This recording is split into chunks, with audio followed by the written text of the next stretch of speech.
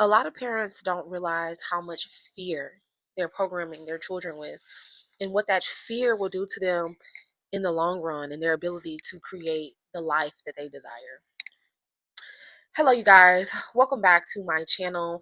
It's your girl, Baby. And today I want to talk about the programming of fear, specifically that parents program their children with, specifically my parent, and what that fear has done to me and how I'm working to deconstruct that fear and how that fear has kept me from creating my dream life, right? So I grew up being programmed with lots of fear. I can't even where to start. Let's start here. I think a lot of people hear this one where your parents are constantly telling you, you're gonna miss me when I'm gone. You're gonna wish that you treated me better. And that's something that I heard a lot from my mom growing up. And what that did to me was it constantly had me preparing for her a potential demise. You know what I mean? I grew up in a single parent household, right? It's just me and my mom. My dad was deported when I was 12.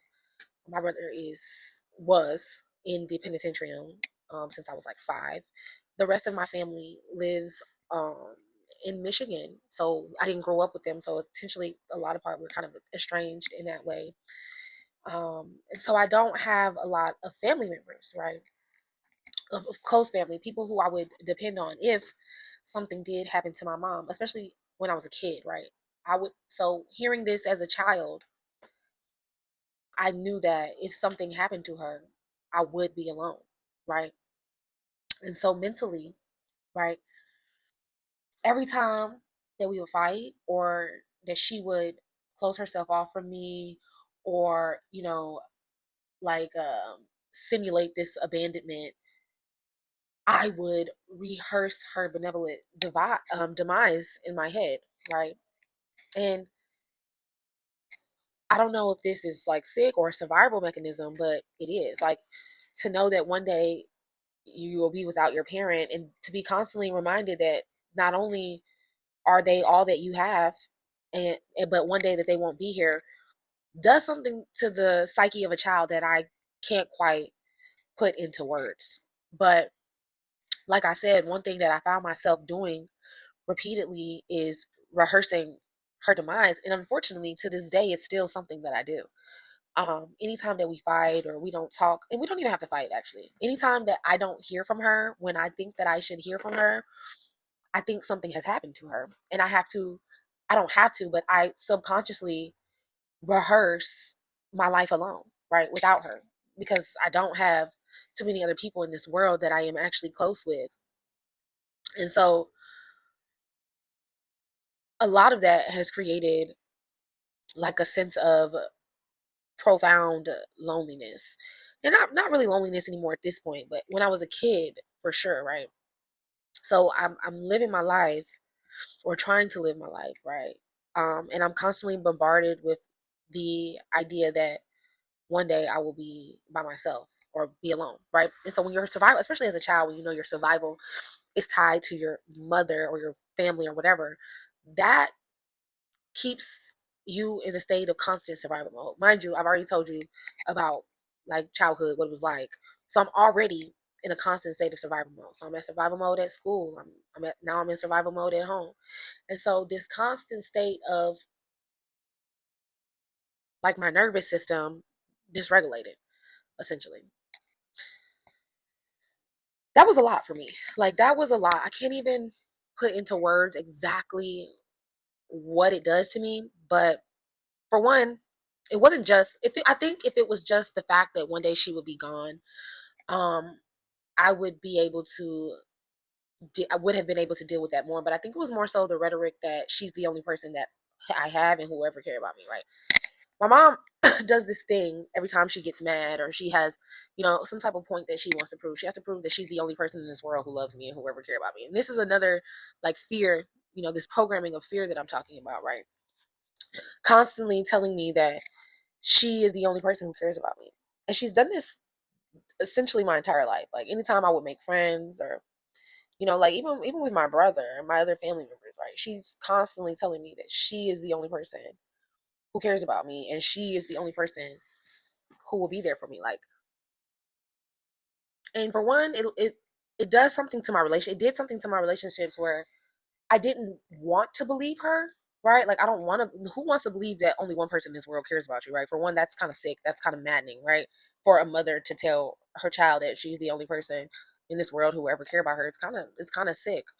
But I don't know. I can't say if I believed her at face value, but I do think that made me feel like I had to protect myself.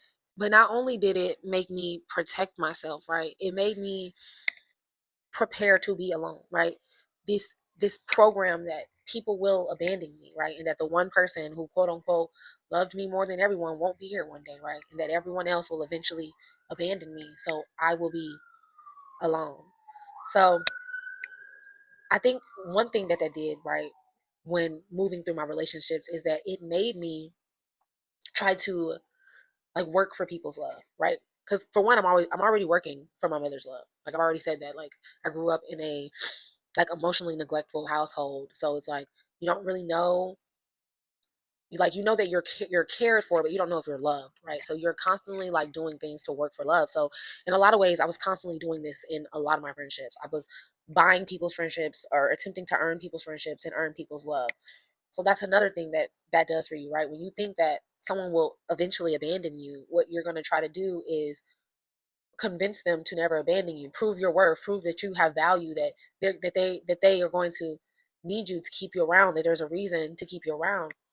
And so I've done this like in all of my friendships, in all of my relationships, like over extended myself in every single way possible, so that people wouldn't abandon me. You know what I mean? That people wouldn't want to leave me behind. You know what I mean? Prove my worth in all of my relationships, right? And all of them, like friendship, romantic, doesn't matter. Like, that is something that I've done. So when you're when parents are like raising their children, I don't think that they're thinking about how this programming will affect them, their relationships, and the people that they're with. And it has had uh, a series of effects on me. I mean, I probably stayed friends with people I should have never been friends with for the sake of not ever wanting to be abandoned, right? Don't leave me, essentially, is what I was telling so many people. Like, I'm valuable, please value me. And you should never be proving your value to anyone, right? You shouldn't, that is not something, does not help you like create the life that you want. So when I'm trying to like build loving friendships and loving relationships, I can't do that from a place of lack, right? If you think that you have to earn people's love and that love isn't inherent, you're moving off of a place of lack. So you're never going to be able to build those friendships or that love, that relationship. It's just never going to happen because your operating place is flawed. So my mom has it's always made me like uncomfortable to like branch out and connect with people or trust people for anything, right? I've never trusted anybody. Like, I loved my friends, the same friends who I was like vying for their love, these relationships that I was chasing. Even though I want them to love me, I never trusted them. I never trusted anybody in my life. I don't even trust my mom, to be honest with you. I've had that abandonment like simulated and thrown into my face too much that I don't trust anybody. Like, I don't trust to this day, I don't trust anybody. I've never trusted anybody in my life. And I don't remember at what age I stopped trusting my mom, but I do not trust her. I love her. But I do not trust her, unfortunately. But that is because of the language that she has created around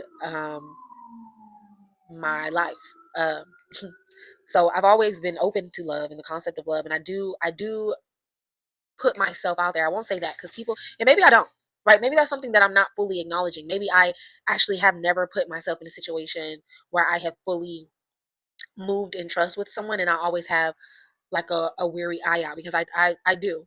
My mom has always told me not to trust none of my friends. Like, that person not your friend, don't trust them. They don't really like you. They ain't never gonna be a good friend to you. And I want to believe that she was right, right? Because I ain't friends with none of these bitches no more. You know what I mean? But that could just be because I never trusted them hoes to begin with, right? I mean, I'm like I said, I've always been a good ass friend. Like I've never done nothing to a bitch ever. Like nothing. I've never betrayed nobody in my life. I've never moved flaw in a relationship ever. I'm always there for my friends. I'm always going above and beyond, and that's because of my abandonment wounds, right? I don't want to be abandoned. I want I I want to I love people the way I want to be loved, essentially, right? The way I've never been loved in any of my friendships, in any of my family ever, right? But also maybe I'm not maybe I've also never trusted them, and so I've never fully like let anybody in. I don't think I've ever let anybody in. But that's what this fear programming has done to me, right? It's proven to me that or it's made me believe that I'm never safe and that I can never be safe with another person, right? That the only person that I can ever be safe with, well, what she wanted me to believe was her, but because that was already proven false, what it really made me believe is that I'm never going to be safe with anyone, right? That is the lesson ultimately that was absorbed and learned, right? And that has manifested itself in a number of ways. I think when I was receiving this programming, the heaviest is when, like in my teens, when I'm making all these friends and, the age in which you're trying to get your independence, right? This is when she was really forcing that rhetoric. The ages of 16 to 21 are really the ages where children or young adults, whatever, in the development of a human life where people um, learn independence, right? So while I'm trying to learn independence, essentially the messaging that I'm hearing is that independence is not safe, right? You are not safe alone. And this is something that I've heard in a multitude of ways. I'm not safe. Don't leave the house at night. Don't go out by yourself. Don't travel out the country by yourself, right? Traveling is something that I've always wanted to do. Like I've always wanted to see the world, and one day I will, right? But one of the messaging that I've heard is that I can't travel alone, right? But also while hearing that messaging, I'm also hearing that I'm not safe with any of my friends, right? Your friends are not your friends. Like one time my friend wanted to go to Puerto Rico for her birthday and she was like, she gonna sell you. Like this is literally, I can't even make this up. Like she gonna sell you. You don't know what she's gonna do to you. You can't trust her, right? I would never leave the country with her. So essentially she's saying, hey, you can't leave the country by yourself. You can't leave the country with none of your friends. She don't want to leave the country, right? So essentially, it's not safe for you to go nowhere, right? That's the messaging that I'm receiving. It's safe to be nowhere, but in this house with me, right? And so physically, I know that I'm safe with my mom. Emotionally, I am not safe with her, right? Emotionally, she is an unsafe person. It's it's a double-edged sword, right? I know that my physical vessel will be safe, but I will be emotionally and mentally damaged within her presence always. That's like that. That is the reality, right? So I'm constantly weighing my options about, do I risk the safety of my vessel or continue to damage the vessel myself, right? And for anybody 16 to 18, that's a hell of a conundrum, right? You know what I mean? That's a hell of a double-edged sword to be left to deal with.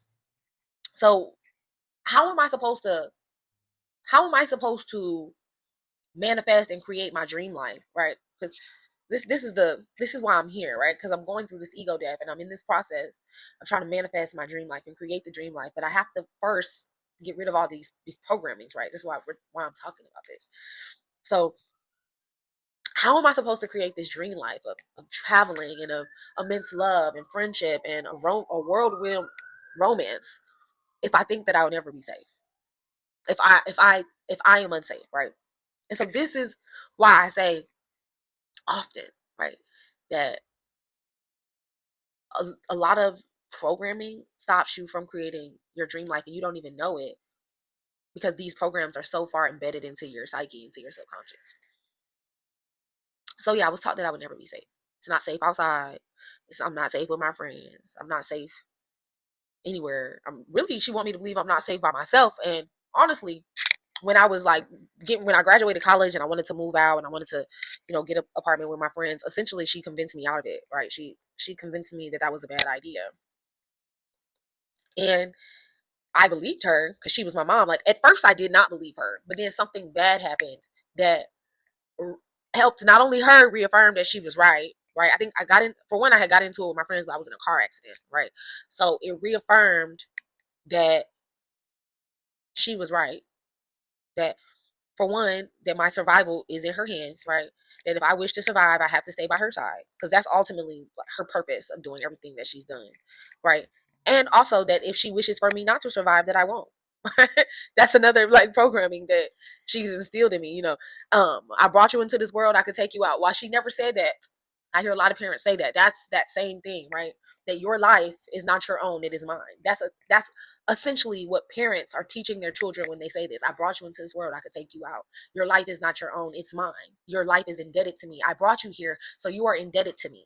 That is that is the programming that is being instilled in children when that is said. And so that's the programming that I had. That's the programming that I had. That my survival, if I wish to survive, that I have to stay near her. And this was said multitude of ways. Like when I said I'm leaving, like I'm leaving. Like, I remember one time I left. Like I left. It was college.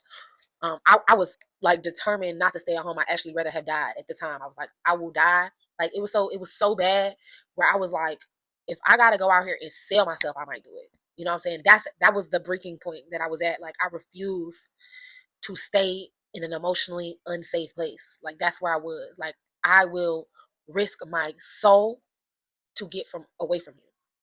And so I left. I went to go stay with a friend for a couple days. I think it was like 2 weeks, 2, 3 weeks, maybe even a month before like the dorms opened and I could move into the dorm. So ultimately, I knew I would be okay eventually, right? But there was a night that I got locked out. Like, trying to come in, trying to be grown, staying out late. Homegirl fell asleep. Now I'm stuck outside, right?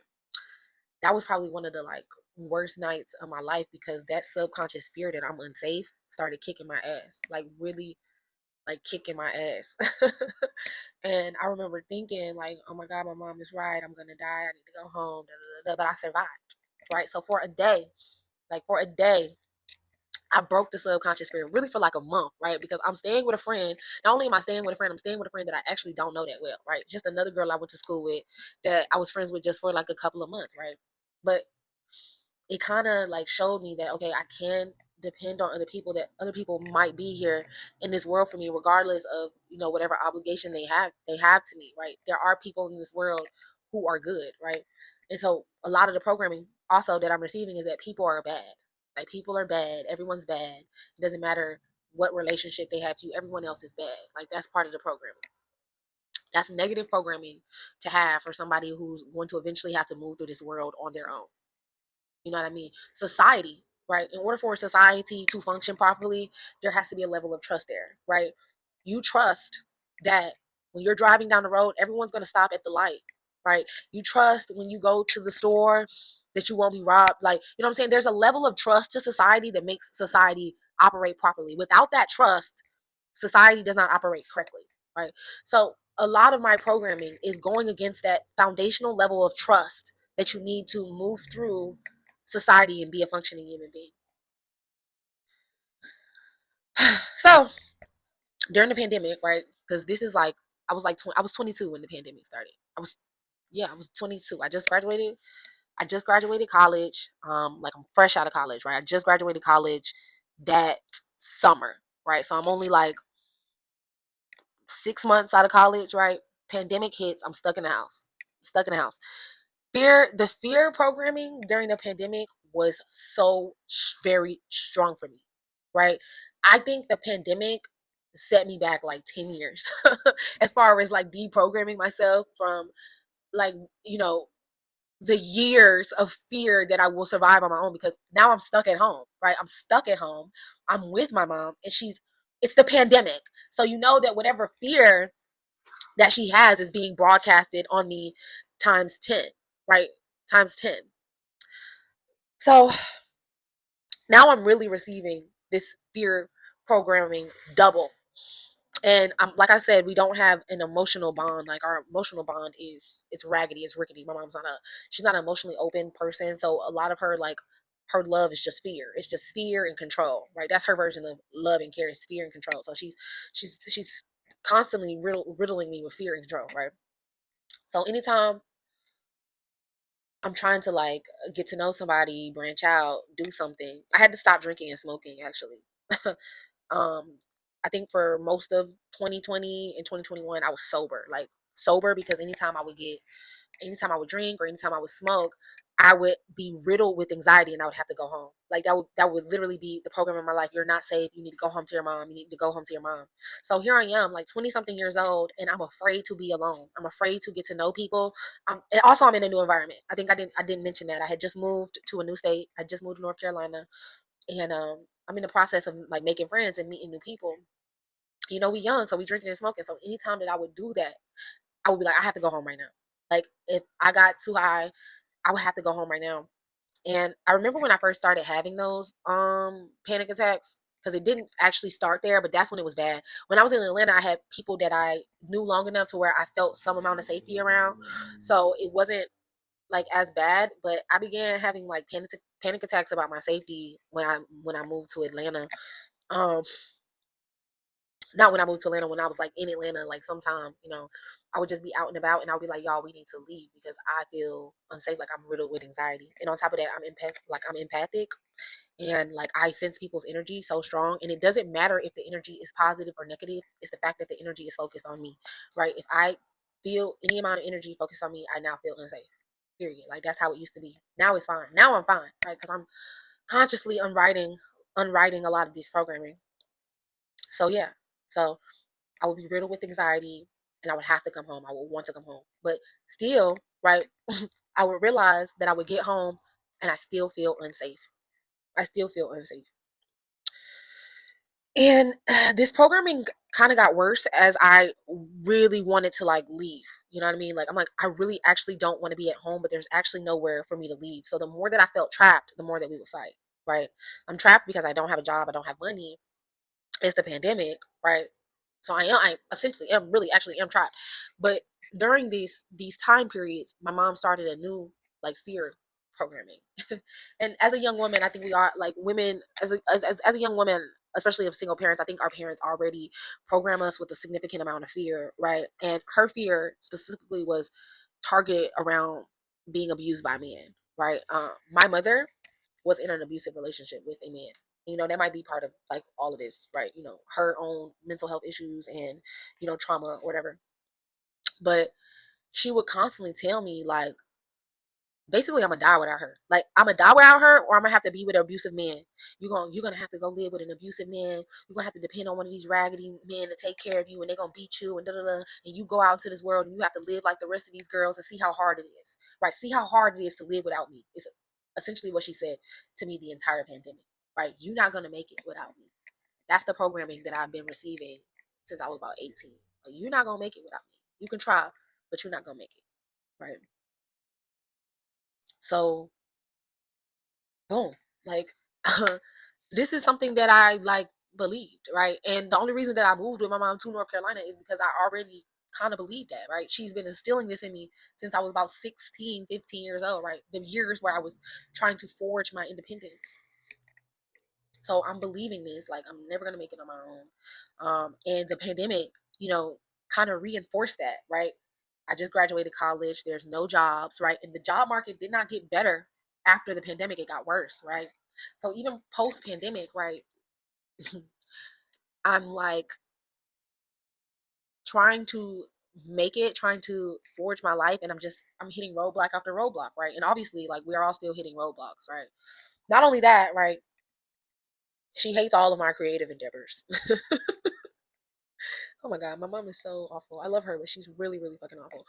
Um, she hates all of my creative endeavors. Like it's fear around everything, right? At the start of the pandemic, I was so frustrated with existence, and I've archived all the videos now, but I was so frustrated with the state of the government, the state of the world, that I used to make a lot of videos, right? Like criticizing the government, criticizing the things that were happening in the world. And my mom would come to me and she's like, "Are you crazy? Like, are you crazy? You're never gonna get a job. You're never gonna be able to do this. You're never gonna do like all of this fear." So it's like, not only am I stuck, I can't speak, right? So I'm being programmed to not only fear living life, but to fear speaking out. Programming me to be a fucking bot, honestly. Programming me to be a bot, to never open my mouth, to always do as I'm told, to live by the laws of the empire, to never speak out, right? This is programming. This is really programming. This is control and fear programming in the highest order, right? So I'm like, damn, like I can't post. I can't say nothing. Right. And that's not the first time that she said that to me. Like I grew up thinking that, I shouldn't be on social media like that. And I think a lot of us grew up like that was I think that was like a millennial. I consider myself Gen Z, but I think that was like a millennial programming, right? That, you have to conduct yourself a certain way online in order to move through this world. And shout out to especially like Gen Z, young Gen Z, because y'all have proved that that's not true, right?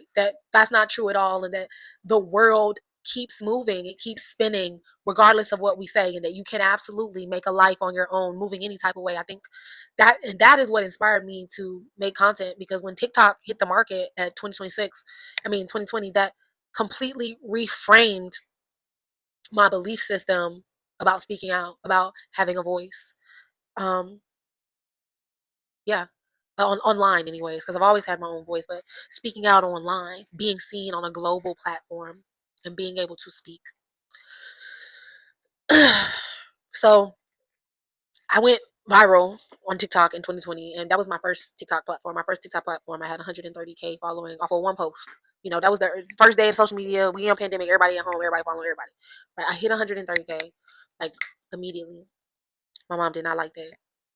She did not like that. She told me it was a bad idea to be on there speaking and talking about certain things, and that I shouldn't do it, and it was going to make my life hard, and I wasn't going to be able to da da da da. Like just constant fear, fear. And to this day, I'm still like deprogramming amount of that fear when I'm trying to be my authentic self and like, push my messaging and my belief systems and create my own like, voice, shape my page and my moral code, because that's essentially what I'm doing like on my page. Every opinion that I give is me shaping my moral code, shaping my worldview in a public platform, in a public forum. Um, and I was told not to do that. So you know, how can I, go out here and live the life that I want of freedom, right? Because that's my main desire in this world, to be free, right? To be free financially, to be free physically, and to be free of mind. How can I be free when my programming is constantly that freedom is not an option? So it's something that I have to consciously deconstruct. Um, so yeah, I've been told that I'm that my survival hinges upon her existence and my connection to her. And so this continued, right? I'm 2020, in 2020, I'm 22. In 2021, at the end of 2021, well, at the end of 2020, I turned 23. At the end of 2021, I turned 24. At the end of 2022, right, really when the pandemic is like ending, we're finally getting back to quote unquote normal. I'm 25, right? So I'm at 25. I'm finally getting a job. I'm finally like the world is opening up. I'm finally moving. But nothing is completely stable. The world is still in chaos, essentially. Like the job market, we see it. It's not. It hasn't improved. Like you know what I mean. So it's 2025. At this point, I've lost my platform. So the freedom that I thought I was cultivating was gone. So I've lost my platform. I'm like still dependent on my mom, which is essentially how she wants me to be. There's nothing she'll ever admit in life. But you know, if she didn't want me to be that way, then she would have programmed me differently. I can say that. Regardless of what comes out of her mouth, and the proof is in the pudding about how I was raised. Because if you want a child to be independent, you raise them to be independent. So if anyone's confused about that, let's be very clear. It doesn't matter what your intentions were or what you thought you were doing. The proof is in the pudding, right? That's why I say raising children, being a parent comes with a special set of responsibilities. It comes with conscious awareness, because you essentially are responsible for how a child's mind functions in this world and if they make it or not, right?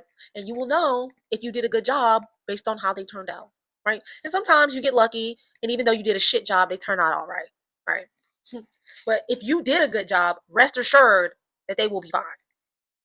Okay, so I stayed at home for a very long time. I was 27 when I moved out. Hello, hi, I'm 28, gonna be 29. So you'll see, I'm just now getting my own space. You see how cute and girly it is. I finally have like something of my own. You know what I mean? And so I've been living on my own for like 2 years now.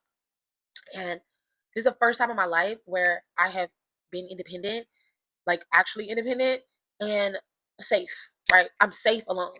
Like I've never been alone. This is the most alone I've ever been in my life, especially the last year, because I've been monetized on social media, and so I have been literally alone. I really don't have to leave my house if I never want to. I don't have the job. I don't have to rely on people, social network. I'm cutting off all the weird bitches. I really have been in solitude, right? And not in a bad way, like for the first time in my life, in a good way, like in a good way. Like alone feels good. It feels safe, but it might feel too safe. That might be the other issue, right? I don't think I feel safe with other people.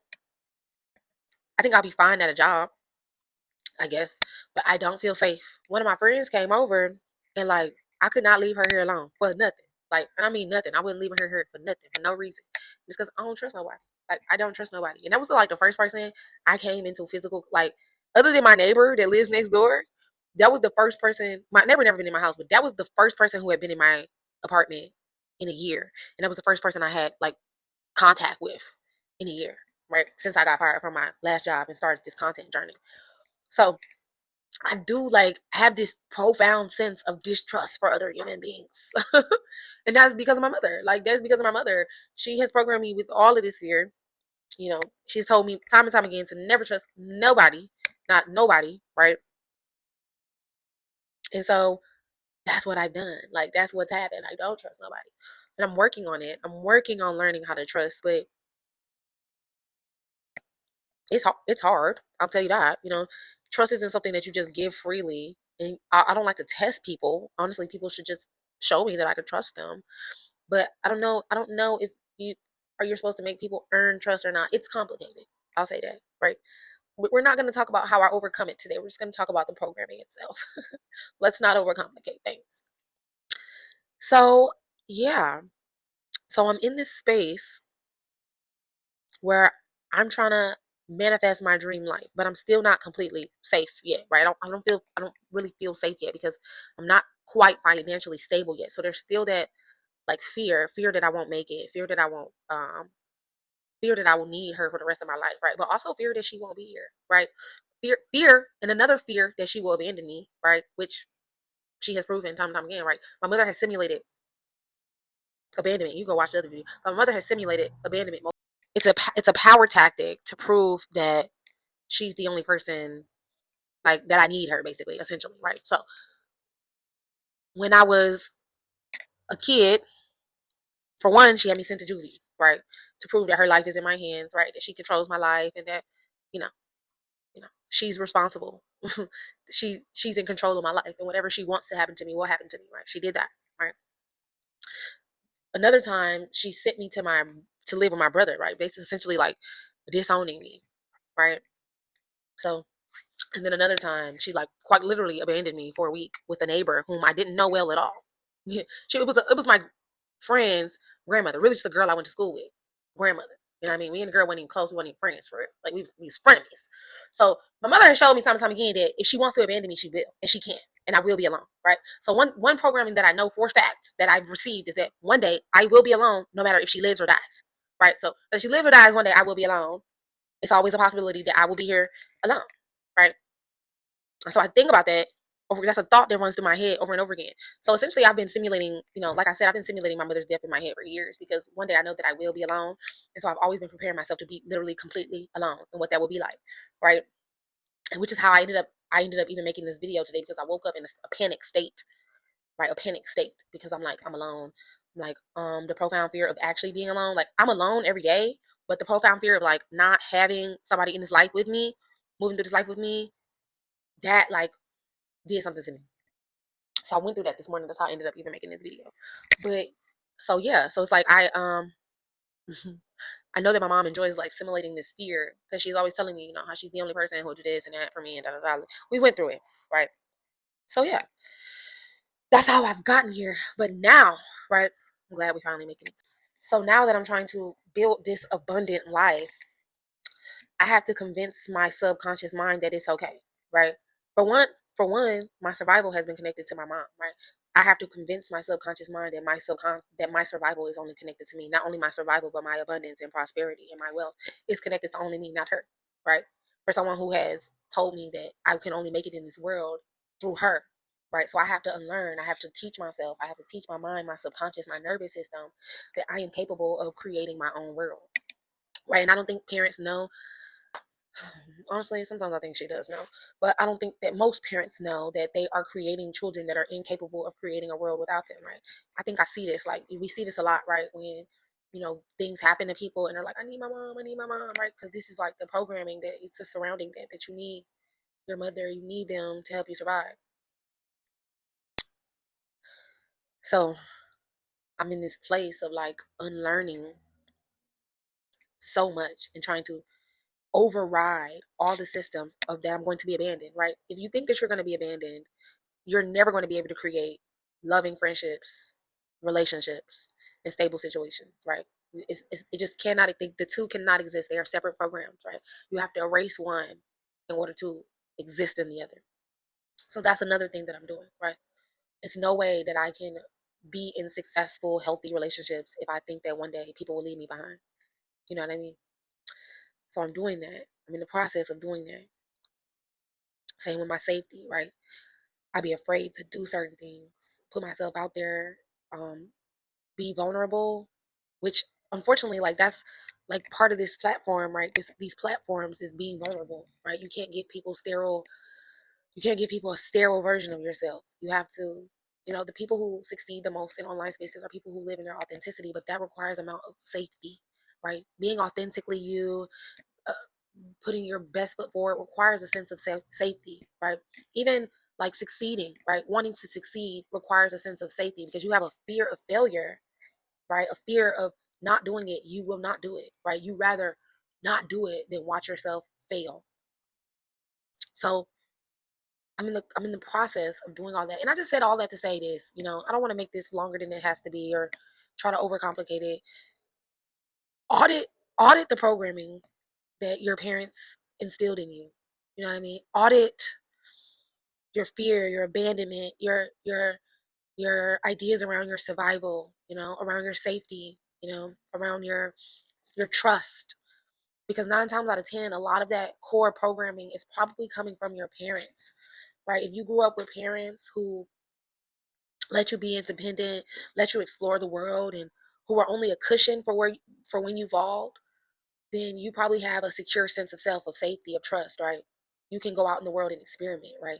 But if you had parents who constantly told you you would fail, that you couldn't survive, that the world was hard, then you probably find it hard to make it in this world, right? So that's where I am, and I'm trying to unlearn that all right now, right? I feel like I got a little time, right? I got a little time because I got big dreams. I do have big dreams, dreams that have never been supported by anybody but my inner child, and so I'm healing her right now. I'm healing her right now so that I can create the world for her, the safety for her that she always needed to thrive, right? You see my pretty pink house, right? I'm making the inner child in me safe to create, to thrive, to succeed, and to show herself to the world.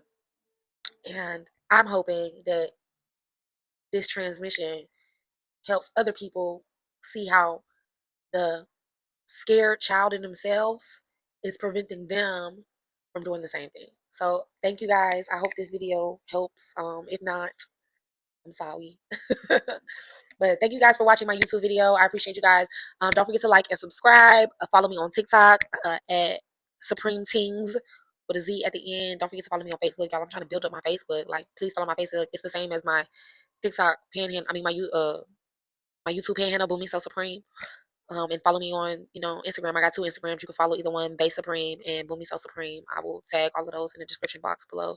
But don't forget to support your girl. And until next time, thank you.